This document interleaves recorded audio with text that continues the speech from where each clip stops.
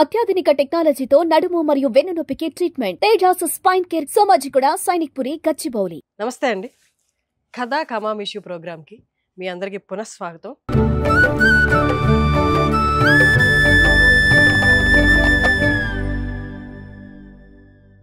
ఇవాళ మరొక ఆసక్తికరమైన కథతో శ్రీనివాస్ గారు మన ముందుకు వచ్చేసారు. నమస్తే సార్.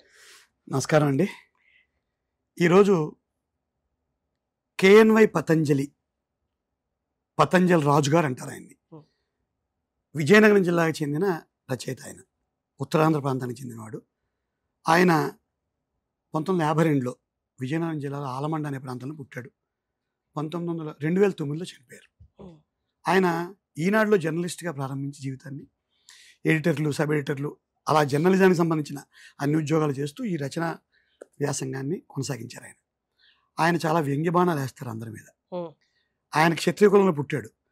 రాజుల్లో ఉండే ఆభిజాత్యాలు గొప్పల మీద పతంజలి రాజుగోరు అని ఒక పుస్తకం రాశాడు. అలాగే రాజకీయాలను తూర్పారబడుతూ అప్పన్న సర్దార్ అనే పుస్తకం, ఈ జర్నలిస్టుల మీద పెంపుడు జంతువులు అనే పుస్తకం, పోలీసుల మీద కాకివనం అనే పుస్తకం, ఇలా రకరకాల పుస్తకాలు రాసి సమాజంలో ఎంతో చైతన్యాన్ని తీసుకొచ్చిన మనిషి. అయితే ఆయనకి బాగా ఇష్టమైన కథల సంకలనం పేరు వేట కథలు. మీకు తెలిసే రాజుల ఇళ్లలో, ముఖ్యంగా విజయనగరం, శ్రీకాకుళం జిల్లాల రాజులు ఎక్కువ వేటకి వెళ్తారు. అదొక గొప్ప హాబీ వాళ్ళకి, ఒక సంతోషం, ఒక ఆట విడుపు. ఈ రచయిత గారి మేనమావ గారి పేరు బుచ్చిబాబు గారు. ఆ బుచ్చిబాబు గారు ఈ పతంజలి రాజు గారిని వేటకి తీసుకెళ్ళేవాడు. ఈయన 8వ క్లాసులో ఉండగానే. సో ఈయన 8వ క్లాసులో ఉండగానే ఈయనకి వేట గురించి ఒక అనుభవం ఏర్పడింది. అందువలన ఆ బుచ్చిబాబు గారు చెప్పిన సంఘటనలన్నీ, అనుభవాల్ని తీసుకుని ఈయన వేట కథలు అనే పుస్తకం రాశారు. దానికి ముందు మాట రాస్తూ ఈయన ఏమంటారంటే, ఇవి వేట కథలు, అడవితో ప్రకృతితో మమేకమైన మనిషి బతుకు చిత్రాన్ని చూపించే కథలు. అదేవిధంగా ఆత్మరక్షణకి, ఆహార సాధనకి మొదలైన వేట మా రాజుల ఇళ్లలో సరదాకి, వ్యసనానికి దారితీసిందని రాస్తారు. వేట చెడుగా ఎలా మారిందో కూడా ముందు మాటలను చెప్పేస్తారు. ఇంకా కథల్లోకి వెళ్దాం. ఈ వేట కథల్లో ఈరోజు నేను చెప్పబోయే కథ పేరు సీతమ్మ లోగిట్లో. సీతమ్మ లోగిట్లో, సీతమ్మ వాకిట్లో లాగా సీతమ్మ లోగిట్లో. ఈ సీతమ్మ లోగిట్లో అనే కథ సీతమ్మ కథ కాదు, రాములోరి కథ కాదు, అసలు మనుషుల కథే కాదు. కొండి అనే ముద్దు పేరుతో ఉన్న అడవి పంది కథ. సీతమ్మ లోగిట్లో కొండి అనే ముద్దు పేరుతో ఉన్న అడవి పంది కథ. ఆసక్తికరంగా ఉంది పేరు. కథలోకి వెళ్దాం. డాక్టర్ గోపాలరాజు గారు ఆయుర్వేద డాక్టర్. ఆయన 3 ఎకరాల ప్రాకారంలో ఉన్న ఇంట్లో ఉంటాడు. 4 లోగిళ్ళ మండువా ఇళ్ళవి.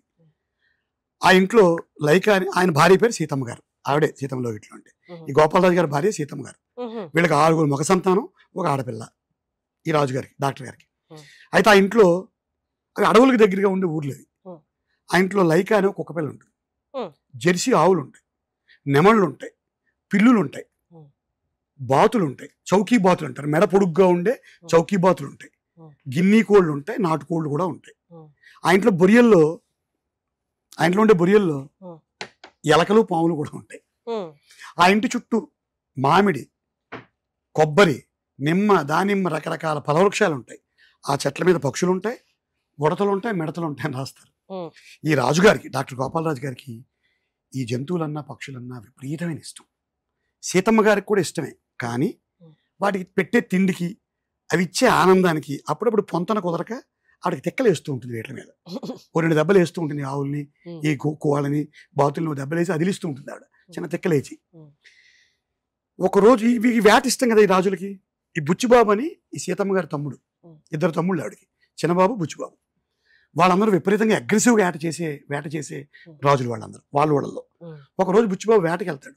భయంకరంగా అడవి పందులు వాటిని కొట్టిపడేస్తే రోజులు అడవి పంది, చిన్న బుజ్జి అడవి పంది పిల్ల కనిపిస్తుంది. రోజుల పిల్ల చాలా బుజ్జిగా ఉంటుంది. దాన్ని ఏం చంపుతారు, దాన్ని ఏం కూర వండుకు తింటారు. ఆ బుజ్జి అడవి పంది పిల్లని తీసుకొచ్చి అక్కకి, బావకి బహుమతిగా ఇస్తాడు.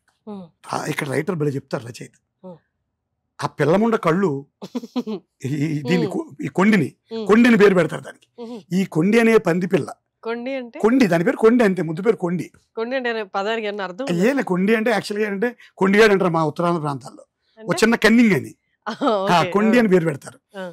ఈ కొండి కళ్ళు అమాయకంగా ఉంటాయి, చాలా అర్థాలు పలుకుతూ ఉంటాయి, అది ముచ్చటగా ఉంటుంది. దాని నడకలో చిన్న నాట్యం ఉంటుందని రాస్తారు రచయిత.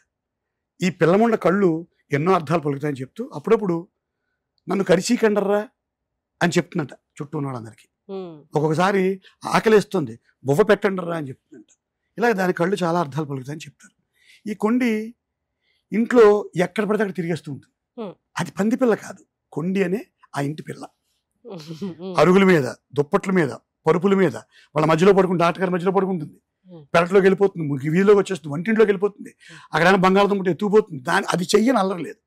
అప్పుడప్పుడు పాలరాతి గచ్చు వాళ్ళది, డబ్బని జారి కింద పడుతుంది, చిన్నపిల్లలో ఏడుస్తుంది, మళ్ళీ దాని దగ్గర తీయాలి.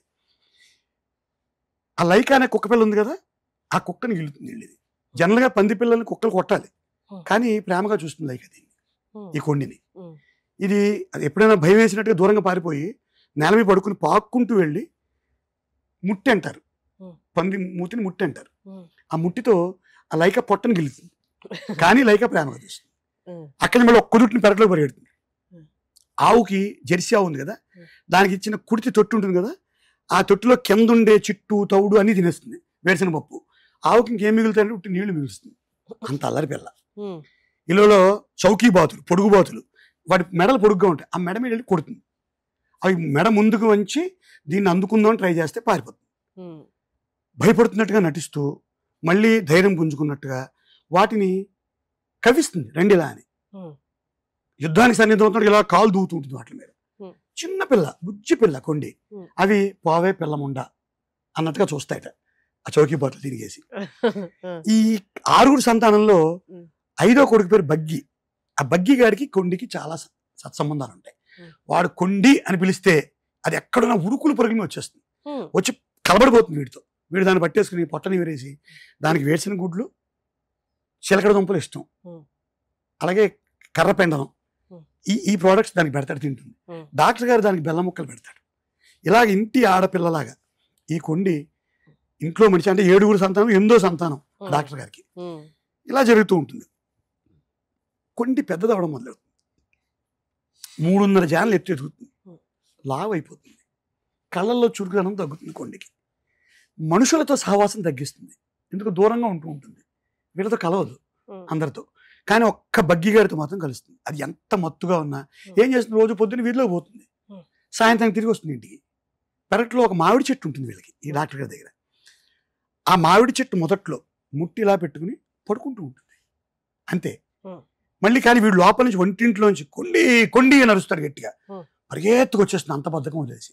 వీడు మళ్ళీ వేసిన గుడ్లు, కర్రపెండలాలు, చిలకడ దుంపలు మామూలే. ఇలా జరుగుతున్నప్పుడు ఇంక సరే, ఇంక అలవాటు పడిపోయారు వీళ్ళు కూడా, బద్ధకంగా ఉందని వదిలేస్తారు, ఏం జరిగిందో కూడా పట్టించుకోరు. ఓ రోజు అది మామిడి చెట్టు తిప్పడం, పొద్దున్న ఓ రోజు లేచి వీడు గట్టిగా కొండి కొండి అని అరుస్తాడు. రావాలిగా, రాదు కొండి. మళ్ళీ పిలుస్తాడు వాళ్ళ అమ్మని, సీతమ్మ నువ్వు పిలిస్తే రాకపోవడం గట్టిగా పిలువట్టుంది సీతమ్మ గారు. గట్టిగా పిలుస్తాడు కొండి కొండి అని, రాదు. పరిగెత్తుకెళ్ళి పెరట్లో చూస్తాడు, మామిడి చెట్టు మొదట్లో చూస్తే కొండి కనపడదు. చిన్న భయం వేస్తుంది, కానీ వాళ్ళ అమ్మ ఉంటుంది, ఎటు వెళ్ళి ఉంటుంది లేరా వీధిలోకి, ఎందుకు కంగారు, ఇది అలవాటేగా దానికి, అటు ఇటు అనేసరికి సాయంత్రం అవుతుంది, రాదు కొండి. రాత్రి అయిపోతుంది, కొండి రాదు. అందరూ ఇంట్లో రాత్రి కూర్చొని బాధపడుతుంటారు, కంగారు పడలేరా, పొద్దునకైనా వస్తుంది, పందిపిల్ల కదా, ఎంత కొండి అయినా వాళ్ళకి ఆడపిల్ల అయినా, వాళ్ళ ఇంట్లో పిల్ల అయినా పందిపిల్ల, ఇల్లు అక్కడ పోయింది, అడగబంది. సరే ఇంకా పొద్దున కూడా రాదు. ఇంకా అందరికీ ఒక్కొక్కరికి దుఃఖం మొదలవుతుంది. వెంటనే ఏ వేట కుక్కలైనా తినేసాయా, ఎందుకంటే ఆ చుట్టుపక్కల అందరు రాజులు వేటాడుతుంటారు. పాప ఈ బగ్గిగాడు పరిగెత్తుకుని వెళ్ళి ఆ రాజుల ఇళ్ళకి వెళ్ళి, ఆ ఊర్లో ఉన్న రాజుల ఇళ్ళు, మావయ్య మా కొండి ఏమైనా వచ్చిందా, మీ వేట కుక్కలని తినేసాయా అని అందరినీ పలకరిస్తూ ఉంటాడు. ఎవరు లేరు బాబు, రాలేదమ్మా, కొండి వస్తే చెప్తాం కదా, మీ పిల్ల కదా, మేమెందుకు కొడతాం, మేమే వేటాడలేదని చెప్తారు రాజులు. ఏమి వేట కుక్కలేమో, మీ వేట కుక్కలేమో తినేసాయేమో, అటేం తినలేదా బాబు అని చెప్తారు. చెప్పిన వీడి ఆందోళన ఆగదు. పక్కనే ఉన్న కొవ్వాడ కొండలకి వెళ్ళి వెతుకుదాం, అక్కడ వేట జరుగుతూ ఉంటుంది ఎక్కువ, అక్కడికి ఏమైనా వెళ్తే అక్కడ దొరుకుతుందేమో అని ఆ కొవ్వాడ కొండల ప్రాంతానికి వెళ్దామని తన మిత్రుడైన జగ్గుని సాయం తీసుకెళ్తాడు. కొవ్వాడ కొండలకి వెళ్ళి దిక్కులు పిక్కటెళ్ళేలాగా గుండెలు అవిసిపోయేలాగా కొండి కొండి కొండి అని అరుస్తూ ఉంటాడు ఈ అబ్బాయి. దొరకదు. ఈ జగ్గుగాడు ఏమంటాడు, ఒరే బుద్ధి జ్ఞానం ఉందారా మీకు? ఏ వేట కుక్కలో రేచు కుక్కలో వేటగాళ్ళ పాటికి ఆల్రెడీ చేసేసి తినేసి ఉంటారు. మీకు ఎన్నిసార్లు చెప్పాను రా, పంది పిల్లది ఇంత లావు అయింది, బోల్డ్ మాంసం వస్తుంది, మన దసరా కోసేసుకుంటే మనకైనా మిగిలేదు, ఇప్పుడు ఎవడో కోసుకు తినేసాడు రా అడవపందిని, మళ్ళీ మళ్ళీ మనకి అడవపంది దొరుకుతుంది, అంత మంచి అడవపంది అంటాడు. చాలా కోపం వస్తుంది బుద్ధికి. తీక్షణంగా చూస్తాడు తినేసి, నోరు మీరనుకుని తిడతాడు. మళ్ళీ ఆ పక్కనే కొవ్వాడ కొండల పక్కన కొత్త వలస కొండలు ఉంటాయి, అక్కడికి వెళ్ళి వెతుకుతాడు, దొరకదు. సాయంత్రం దాకా వెతికి వెతికి ఈశ్వరమని ఇంటికి నడుచుకుంటూ వస్తుంటాడు. మనసంతా దుఃఖం, అమ్మకి ఏం చెప్పాలి, నాన్నగారికి ఏం చెప్పాలి, డాక్టర్ గారికి, ఎందుకంటే వీడు పిలిస్తేనే వస్తుంది అనేది ఒక పెద్ద నమ్మిక ఇంట్లో. బగ్గి పిలిస్తే వస్తుంది కొండి ఎక్కడున్నా. ఉసిరిగల్లా ఇంటి ముందు కొండి కూర్చుని ఉంటుంది, ఇంటి ముందే కొండి కనిపిస్తుంది. అమ్మ బతుకు జీవుడా అని వీడిని చూడగానే పరిగెత్తుకొచ్చి కౌగులిం చేసుకుంటుంది. వీడెళ్ళి దాన్ని పడిపోతాడు, బగ్గి పొట్టని మురుతాడు, మళ్ళీ వేసిన గుడ్లు పెడతాడు, దుంపలు పెట్టేస్తారు. డాక్టర్ గోపాలరాజు గారు వచ్చి కిలో బెల్లం పెడతాడు, ప్రేమగా ముక్కలు ముక్కలు చేసుకుని కొండ హాయిగా వెళ్ళి మామిడి చెట్టు మొదట్లో నిద్రపోతుంది.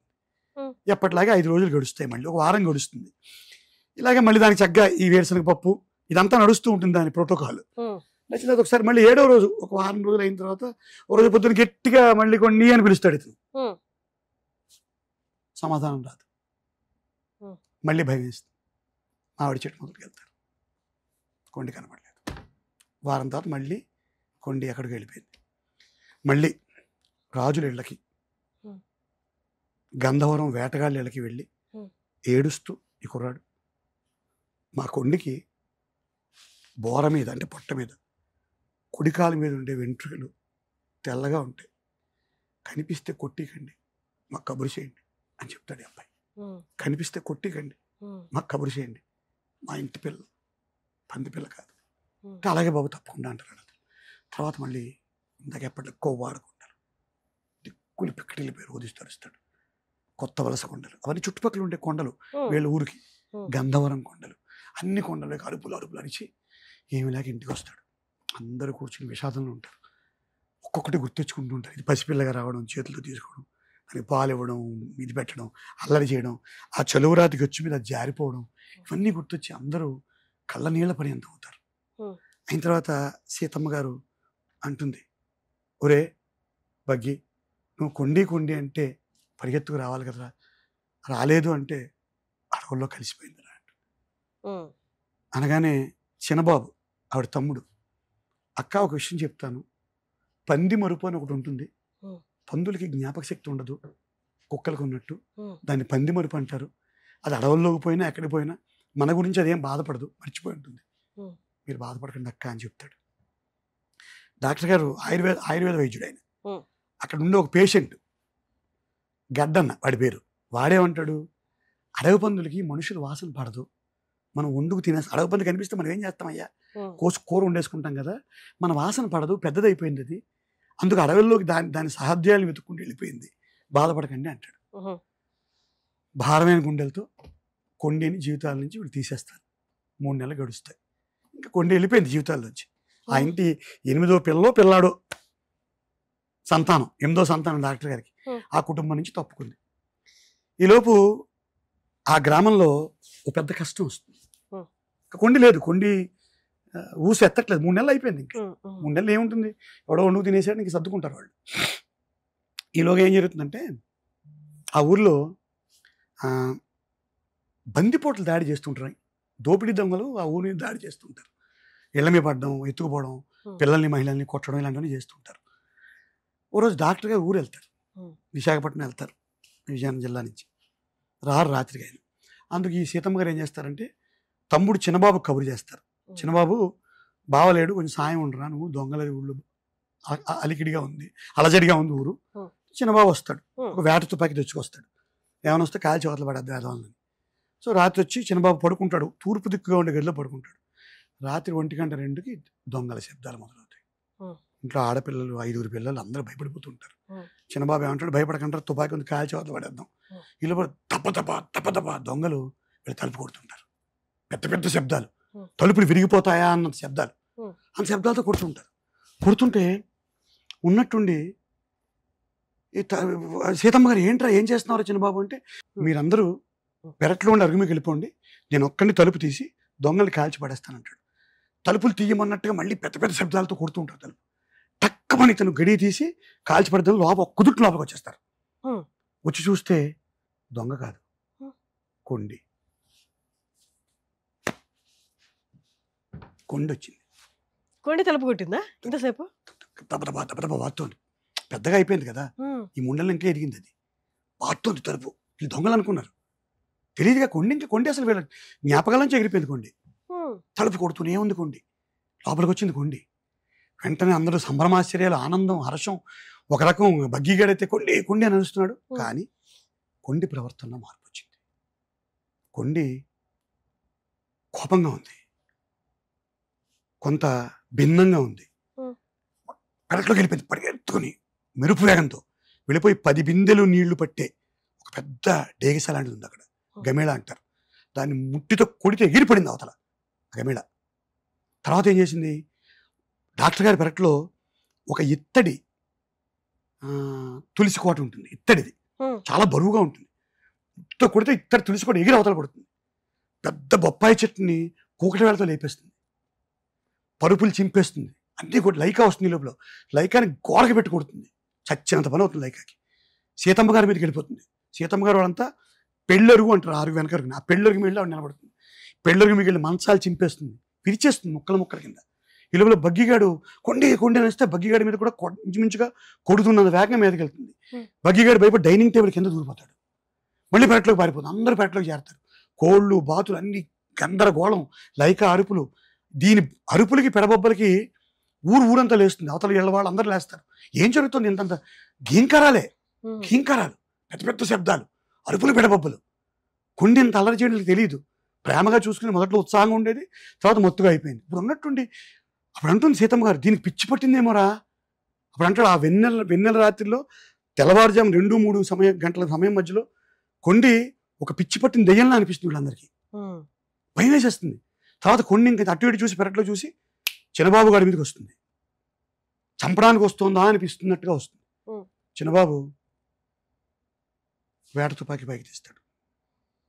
తీసి కొండిని కాలుద్దాం అనుకుంటాడు. దూరం నుంచి బగ్గి, మావయ్య ప్లీజ్ ఆపు, వద్దు, అది మారుతుంది, దాన్ని ఏం చేయొద్దు, మనం దాన్ని మచ్చిక చేసుకుందాం అరుస్తూ ఉంటాడు. గట్టిగా అరుస్తూ ఉంటాడు. కొండి దూరం నుంచి చూస్తూ ఉంటుంది. ఆ గ్యాప్ ఉంటుంది. ఈ బగ్గిగాడు అరుస్తూ, వద్దు మావయ్య ప్లీజ్ అని ఒక కుదుటిన వాడు టేబుల్ నుంచి దూకి వద్దు అందులోపే తుపాకీతో కాల్చేవత పాడేస్తాడు. తన నుదుట్లోకి వెళ్ళిన బుల్లెట్తో కొండి నెత్తుడు పడుగులో పడి గిలగిలా కొట్టుకుని చచ్చిపోతుంది. వీళ్ళందరూ చేరతారు. పిల్లని చంపేసుకున్నట్టే. మావయ్య ఎందుకు చంపావు మావయ్య అంటాడు బగ్గి వచ్చి. ఒరే మనం దాన్ని చంపకపోతే అది మనం చంపేటట్టు ఉందిరా, నాకు తప్పలేదు, నాకు మాత్రం ఇష్టం ఉండదా, ఈ ఇంటి పిల్లాళ్ళగా చూసుకున్నాం కదా అని అతను సర్ది చెప్పే ప్రయత్నం చేస్తాడు. సీతమ్మ గారు ఏడుస్తారు, పిల్లలంతా ఏడుస్తారు. లైకా అయితే గుక్క పెట్టి ఏడుస్తుంది. కొండి దగ్గర కూర్చొని చాలా బాధపడిపోతారు. ఇంకా ఏం చేయాలి, బాతులు, కోళ్ళు, ఈ శబ్దాలు, ఆవులు అరుస్తూ ఉంటాయి మోరెత్తి. అందరూ కొండి మరణానికి విపరీతంగా దుఃఖిస్తారు. చంపినా కూడా చిన్నబాబు కూడా బాధపడుతున్నాడు. సీతమ్మ గారికి అయితే కంటి మీద నీరు ఆగట్లేదు. ఎలారా, పొద్దున్న బావగారు డాక్టర్ గారు వస్తే ఏం చెప్తాం, ఆయన ఒప్పుకోడరా ఇలా చంపామంటే, ఒక ఇంజక్షన్ ఏదో ఇచ్చి మత్తేనే ఏమని చెప్పుంటాడు ఆయన, తిడతాడు రా బావ వస్తే, కంగారు పడిపోయారు అంటే ఏం చేయను అక్క, నాకేం తోచలేదు ఏం చేయాలో అని చిన్నబాబు చెప్తాడు. అందరూ రాత్రి పడుకుంటారు. ఆ కొండిని పాపం పడుకునే ముందు ఆ పెరట్లోంచి అందరూ జాగ్రత్తగా చేతులతో పొదిగి పట్టుకుని వాళ్ళకి ఇష్టమైన పెరటరు మీద పడుకోబెట్టుకుంటారు. అందరూ ఇంట్లో నిద్ర పడుకుంటే ఎవరికి నిద్రలు పట్టం.